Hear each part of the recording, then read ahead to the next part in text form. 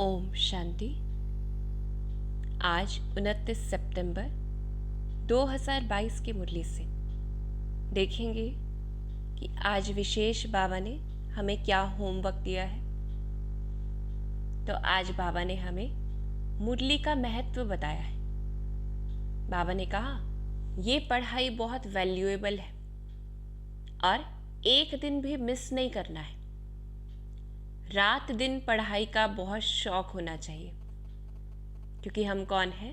Student है। तो student का काम है जो नॉलेज मिलती है उनको धारण करना।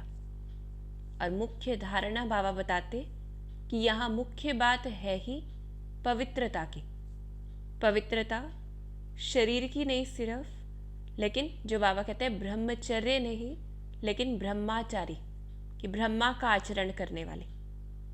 फिर बाबा ने फिर कहा रेगुलर पढ़ना है। भल कोई कहाँ भी जाए, अगर मुरली नहीं पढ़ते तो एब्सेंट डल जाती है।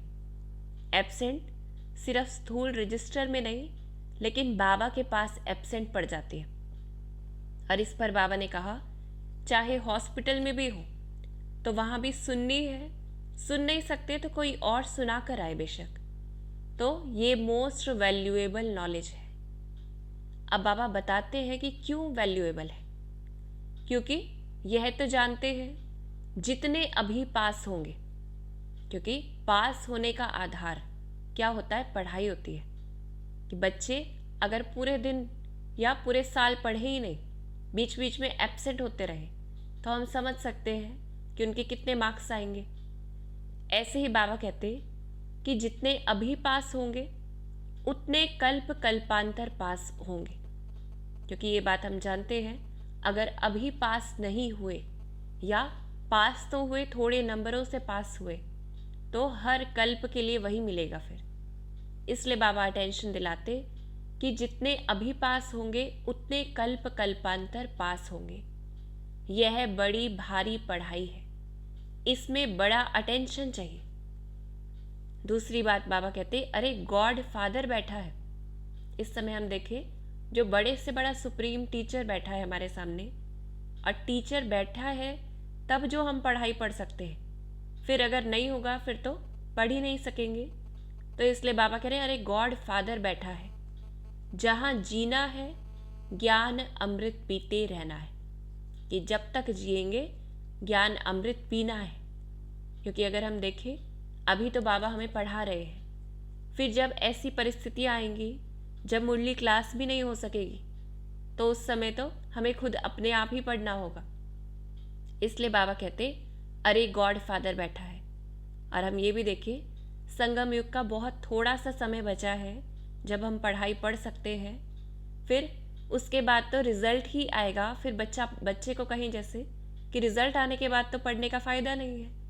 ऐसे ही बाबा कहते कि गॉड फादर बैठा है, जब तक जीना है ज्ञान अमृत पीना है। फिर पढ़ते पढ़ते नई दुनिया में ट्रांसफर हो जाएंगे। और अंत में बाबा कहते कि फिर भी नहीं पढ़ते हैं, तो बाबा क्या करते? सावधान करते कि मैं इतनी दूर से आया हूं तुमको पढ़ाने, तुम श्रीमत को नहीं मानते हो, फिर तुम्हारी क्या गति होगी। अब बाबा बच्चों के ऊपर छोड़ देते कि इतना कहने के बाद, समझाने के बाद भी पढ़ाई पर ध्यान नहीं देते, तो फिर बाप कहते फिर तुम्हारी क्या गति होगी। और बाबा ने पढ़ाई पर ही अटेंशन खिंचवाते हुए कहा कि पढ़ाई पे ध्यान ना देने का कारण क्या बन जाता है। पहला तो नॉलेज को पूरा धारण ही नहीं करते और क्या समझने लगते हैं कि यह ज्ञान तो हम रोज ही सुनते हैं, कोई नई बात थोड़ी है। कि बाबा रोज हमें आत्मा के ऊपर बताते हैं, लेकिन हम ये चेक करें हम सारा दिन आत्मा बनकर कितना रहते हैं, आत्मा बनकर बात कितना करते हैं। तो इसलिए बाबा कह रहे हैं कि ध्यान ही नहीं देते पढ़ाई पर। उसका कारण क्या है? कि नॉलेज को पूरा धारण नहीं करते, बस ये समझते हैं कि हम तो रोज सुनते हैं। दूसरा बाबा कहते हैं याद ही नहीं रहता कि मैं गॉड फादरली स्टूडेंट हूँ। क्या याद नहीं रहता कि हम कौन है? गॉड फादरली स्टूडेंट है, भगवान के स्टूडेंट है। ये नशा या ये याद ही नहीं रहता। तीसरा क्या होता? कुसंग मिलने से खाना आबाद होने के बदले बर्बाद हो जाता है। यानी बुरी संगति में आकर हमारा जो अच्छा अकाउंट होना चाहिए था उसके बदले नेगेटिव हो जाता है। तो इसलिए इससे हम ध्यान देंगे कि हम कहीं बुरे संग में तो नहीं फंस रहे हैं कि कुछ इधर उधर गलत सुन लिया, गलत देख लिया, तो उसी की तरफ आगे बढ़ते गए। फिर बाबा कहते बहुत थोड़े हैं जो अटेंशन से पढ़ते हैं, कि पढ़ाई जैसे बच्चे का स्कूल जाने का मन क्यों नहीं करता, क्योंकि अटेंशन ही नहीं देता, इंटरेस्ट ही नहीं है। तो बहुत थोड़े हैं जो अटेंशन से पढ़ते हैं। और बाबा कहते कोई तो जैसे बैठे हुए भी जैसे सुनते ही नहीं है। धारणा जब खुद में हो तब औरों को समझा सके। तो इसलिए हमें अटेंशन देना है कि जैसे स्कूल में भी देखते हैं ना, बच्चे नंबरवार हैं। कोई तो बहुत ध्यान से पढ़ता है, सुनता है, होमवर्क भी करता है, हर सब कुछ करता है। कोई, बाबा कहते कोई तो बैठे हुए भी जैसे सुनते नहीं है। फिर बाबा उन बच्चों के लिए क्या कहते, अनपढ़ बच्चों को कोई बात कहो तो एक कान से सुन दूसरे से निकाल देते। बाबा तरह तरह के बच्चों के बारे में बता रहे हैं। एक तो कैसे हैं जो सुनते ही नहीं है, एक कैसे हैं जो सुनकर दूसरे से निकाल देते हैं। यानी सुना तो, यानी मुरली में गए, लेकिन मुरली के बाद हमने कुछ किया ही नहीं, कोई धारण नहीं किया, कुछ उसके ऊपर होमवर्क नहीं किया। तो बाबा उनको क्या कहते, वो कैसे बच्चे हैं, अनपढ़ बच्चे हैं। कि अनपढ़ बच्चों को कोई बात कहो तो एक कान से सुन दूसरे से निकाल देते हैं। भगवान के हमको डायरेक्शन मिलते हैं, भगवान खुद बैठ पढ़ाते हैं, आज्ञा करते हैं, वह बुद्धि में नहीं रहता है, कि उसकी वैल्यू नहीं रहती, कि ये नहीं समझते कि भगवान हमें पढ़ा रहे हैं, भगवान खुद बैठ पढ़ा रहे हैं, खुद डायरेक्शन दे रहे हैं, ये बुद्धि में नहीं रहता। बाबा कहते आज्ञा कर रहे हैं भगवान। और क्या कारण रहता, पूरा योग न होने के कारण, कि बाबा को याद ही नहीं करते हैं, योग ही नहीं है। पूरा योग न होने के कारण माया बुद्धि को ताला लगा देती। फिर बाबा कहते ये दंड पड़ जाता है। ये क्या दंड पड़ जाता, कि फिर पढ़ाई में मन ही नहीं लगेगा, क्योंकि फरमान पर नहीं चलते। अब हम ये समझ सकते हैं कि अगर पढ़ेंगे नहीं, यानी अटेंशन नहीं देंगे, होमवर्क भी नहीं करेंगे, तो क्या होगा, पद भी नहीं मिलेगा। तो इसलिए बाबा कहते ऊंच पद न मिलने का कारण क्या बन जाता है। और ये हमें याद रखना है, जो इस समय हमें पोजीशन मिलेगी वही कल्प कल्प के लिए है। तो क्या कारण होता है, धारणा ही नहीं है, सर्विस ही नहीं करते। बाबा कहते पढ़ाई नहीं पढ़ी तो क्या हुआ, धारण भी नहीं हुआ, धारण नहीं हुआ तो सर्विस भी नहीं करते, तो पद क्या मिलेगा। पढ़ेंगे लिखेंगे होंगे नवाब, जो नहीं पढ़ेंगे या नहीं पढ़ाएंगे तो जाकर चाकरी करेंगे। ये बाबा रिजल्ट बता रहे हैं हमें कि अगर पढ़ेंगे लिखेंगे तो होंगे नवाब, जो दुनिया में कहा जाता है। तो अगर नहीं पढ़ेंगे, कि जो बाप पढ़ा रहे हैं वो नहीं पढ़ेंगे और नहीं पढ़ाएंगे, कि पढ़ाते कैसे हैं, आचरण के द्वारा हम सबसे ज़्यादा पढ़ाते हैं। और पढ़ते कैसे हैं, धारण करने से पढ़ते हैं। जो जिसमें धारण हो गया उसे हम कहेंगे कि इसने पढ़ा है। तो जो नहीं पढ़ेंगे पढ़ाएंगे तो जाकर चाकरी करेंगे। बाबा कहते राजधानी स्थापन हो रही है, योग लगाते नहीं है तो विक्रम विनाश हो न सके, तो पद कहाँ से मिलेगा। तो सिवाय योग अग्नि के खाद निकल न सके। बाबा कहते फिर पद तो मिलता नहीं है तो क्या होता है, कड़ी सजा खानी पड़ेगी। बाबा फिर हमें मोटिवेट भी करते, प्रोत्साहित करते कि प्रजा तो बहुत बनती है, कि कोई कहे कोई बात नहीं, हम कहीं ना कहीं त्रेता के अंत में आ जाएंगे, कहीं तो आ जाएंगे। तो बाबा कहते प्रजा तो बहुत बनती है, बाकी राजाई के लिए मेहनत चाहिए और श्रीमत पर चलना चाहिए। फिर बाबा हमें सेवा के लिए बताते हैं कि सेवा हम स्थूल और सूक्ष्म दोनों रूप से करें। विराट रूप के चित्र पर आज बाबा बता रहे हैं कि हमें कैसे कैसे समझाना है, कि एक विराट रूप का बड़ा चित्र बनाए विष्णु का। और विराट रूप का चित्र कौन सा होता है, जिसमें सभी वर्ण दिखाए जाते हैं। तो बाबा ने कहा उसमें क्या दिखाना है, देवता क्षत्रिय वैश्य शूद्र दिखाते हैं, लेकिन क्या भूल जाते हैं, ब्राह्मण भूल जाते हैं। तो हमें वो दिखाना भी है और बताना भी है। बाबा ने कहा बड़ा बनाना चाहिए, कि विष्णु का चित्र बनाए, ऊपर में चोटी दे, कि शिव बाबा भी ऊपर में देना चाहिए, कि स्टार जैसा शिव बाबा, सबसे ऊपर शिव बाबा, फिर उसके बाद ब्राह्मणों की चोटी। और फिर कैसे समझाएंगे इस चित्र पर, बताना है कि सारा खेल भारत पर बना हुआ है, कि ये भारत ही पतित पावन बनता है, यही अविनाशी खंड है। भारत पवित्र से पवित्र खंड है और इसी को धर्म क्षेत्र कहा जाता है। फिर हमें ये पांचों वर्ण बताने हैं। सबसे ऊपर शिव बाबा बताना है, उसके बाद वर्ण, पहला ब्राह्मण वर्ण, फिर देवता, क्षत्रिय, वैश्य और शूद्र। बाबा ने कहा यह भी बताना है कि पतित पावन बाप को बुलाते हैं तो इसका मतलब अब कलयुग का अंत है और सभी को ये मैसेज देना है और खुद को भी पक्का करना है कि सब तैयारियां हो रही हैं अब स्वर्ग के गेट खुलने के लिए।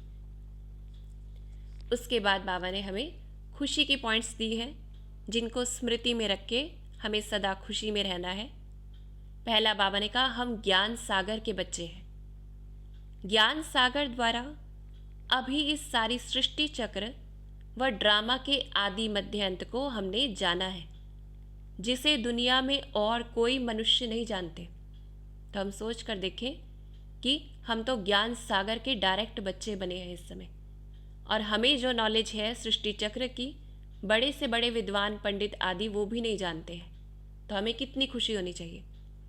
दूसरा बाबा ने कहा क्या स्मृति में रखना है कि हम गॉडली स्टूडेंट हैं, भगवान हमें पढ़ाते हैं। कि हम ये सोच कर देखें लोग भगवान की एक झलक के लिए कितना तड़पते हैं, कितनी मेहनत करते हैं और हम तो कौन हैं, हम गॉडली स्टूडेंट हैं, भगवान हमें पढ़ाते हैं, स्वयं भगवान हमें पढ़ा रहे हैं। और क्या याद रखेंगे कि हम बी के ब्राह्मण वर्ण के हैं और ये मेरा मोस्ट वैल्यूएबल जन्म है। मैं संगम युगी हूँ और संगम युग ये ऊंचते ऊंच युग है। ये स्वयं भगवान ने कहा है कि संगम युग ऊंचते ऊंच युग है। और हमें स्मृति में रखना है कि फिर से हमें इतना ऊंचा वर्षा सारे विश्व के मालिक पने का वर्षा बाप देते हैं और अभी हम जीत पा रहे हैं। किसके ऊपर जीत पा रहे हैं? विकारों के ऊपर, स्वयं के ऊपर। और हम फिर ये कहें बाप के दिल पर और फिर पूरे विश्व पर। तो ऐसे हमें स्मृति में रहना है कि हम जीत पा रहे हैं और इतना ऊंचा वर्षा पा रहे हैं जो स्वयं बाप हमें दे रहे हैं। और बाबा ने कहा बाप द्वारा हम इस समय नॉलेजफुल बन रहे हैं, इसकी खुशी में रहना है। फिर बाबा ने हमें आत्म अभिमानी बनने के लिए पॉइंट्स बताई हैं कि खुद से बातें करनी है। हमें खुद से बातें करनी है कि मैं आत्मा कितनी छोटी सी हूँ, कैसे सारा पार्ट नूंदा हुआ है जो रिपीट होता रहता है, जिसे कुदरत कहते हैं कि इतनी छोटी आत्मा में कितना पार्ट है जो कभी भी विनाश नहीं हो सकता है। और खुद से क्या बातें करेंगे कि मैं आत्मा अब ऊंच पद पाने का पुरुषार्थ कर रही हूँ।